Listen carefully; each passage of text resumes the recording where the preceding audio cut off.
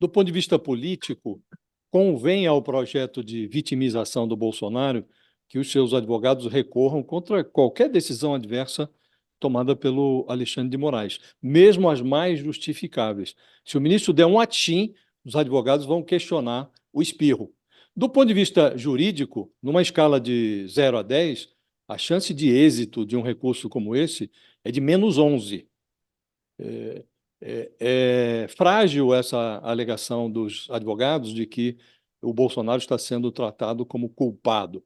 Existe no andamento de um processo um efeito atenuatório. Todo mundo é inocente até prova em contrário. Mas, no caso de personagens como o Bolsonaro, o excesso de provas recolhido pela Polícia Federal como que atenua a inocência do investigado. Embora não exista o trânsito em julgado, que só vai ocorrer depois que houver uma condenação irrecorrível, né? Embora não exista essa condenação ainda, as provas atenuam a inocência do Bolsonaro e é preciso tratá-lo como um suspeito que produziu muitas provas contra si mesmo, que permitiu à Polícia Federal recolher um arsenal de indícios e evidências muito potente. Então, a legislação penal oferece aos magistrados um cardápio de medidas cautelares que podem ser impostas a investigados e réus. Algumas dessas medidas são alternativas à prisão preventiva, por exemplo, que não se confunde, como já nos explicou aqui, inclusive o professor Walter, como prisão punitiva, e o confisco do passaporte é uma dessas medidas cautelares. Foram cumpridas ali na quinta-feira da semana passada, na Operação Hora da Verdade, mais de 30 medidas cautelares.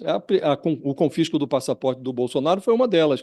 E é absolutamente justificável, porque hoje o Bolsonaro se converteu, e não foi nem um trabalho solitário da Polícia Federal, ele foi um transgressor didático que ofereceu uma pista para que a polícia, que os investigadores seguiram para chegar às provas. Então, diante desse cenário, o Bolsonaro é hoje um investigado contra o qual existem muitas evidências e não se pode dizer que ele é um desses brasileiros que são inocentes, 100% inocentes, até prova em contrário. Já há provas contra o Bolsonaro, apenas não há a condenação. Mas como ele está na fila, como uma condenação esperando para acontecer, a legislação oferece ao magistrado uma série de medidas cautelares que podem ser impostas a personagens que estão nessa situação. E o confisco do passaporte, eu diria até que é uma medida, em relação ao Bolsonaro, até tênue, até menos draconiana do que poderia ocorrer. Então, acho que a chance de ser revertida essa decisão, Fabíola, até porque, se você considera outras decisões tomadas pelo Alexandre de Moraes mais gravosas do que essa, mais draconianas do que essa, que foram referendadas pelo Supremo, é muito improvável que essa decisão seja revista. Fabíola, Fala. primeiro, agradeço aí ao professor, porque vivendo e aprendendo, né?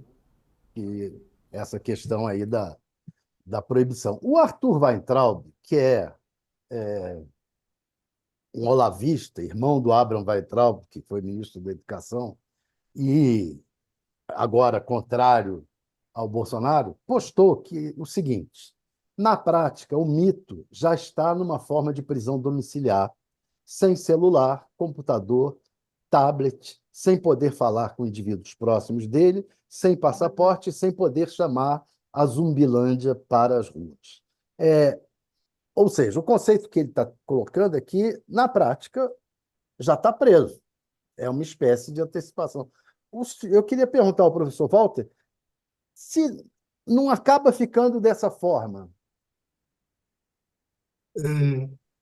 Ora, as medidas cautelares são lançadas tendo em vista uma suspeita.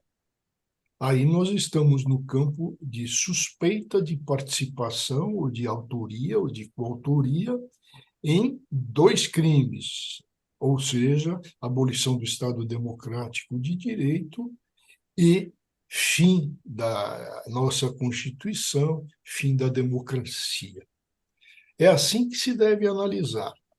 Agora, antecipando isso, privando a pessoa de praticamente se comunicar, quer dizer, é tirar ela do ambiente social.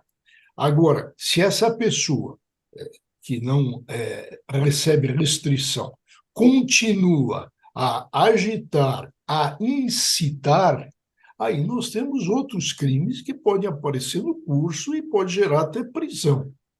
Então, a gente tem que ter muita cautela no que toca à medida restritiva à liberdade de comunicação, de exteriorização, porque aí nós caímos no problema do cárcere russo, né? Da incomunicabilidade.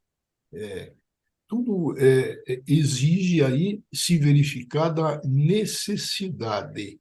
É o princípio constitucional da necessidade. Agora, se a pessoa continua a agitar, a tumultuar, a arregimentar, a criar uma situação propícia a uma guerra civil, aí, evidentemente, a medida tem que ser dura e a necessidade está exatamente nisso, está plantando uma guerra civil. Então, para tudo tem modus e rebus, né? Como diziam os romanos. Mas não é isso que o Bolsonaro está fazendo? Arregimentando. Na realidade, ele ainda não está num ponto, depois do que aconteceu, depois do 8 de janeiro, ele ainda não está nesse ponto de tentar um novo 8 de janeiro. O que ele está esperneando. Não vejo ainda Ele esse chegou a ponto. falar Por isso, recentemente, olha, assim vamos ter uma guerra civil aqui nesse país. eu acho que a gente tem que ter muita cautela nisso tudo, até para não vitimizar. Mas entendo, à luz do direito, evidentemente, que ainda não há necessidade para uma prisão preventiva dele. Mas acho que no dia 25 próximo, quando ele está chamando, está dizendo que está convocando pacificamente e quer expor o seu direito de defesa, aí é que se ele ultrapassar a divisa, ou seja, incitar, estimular, aí é que vai caber uma prisão em flagrante, e se não houver tempo para se prender em flagrante, não tiver condições, ou não for adequado, tendo em vista um número grande de pessoas, que vai se decretar uma prisão preventiva posterior.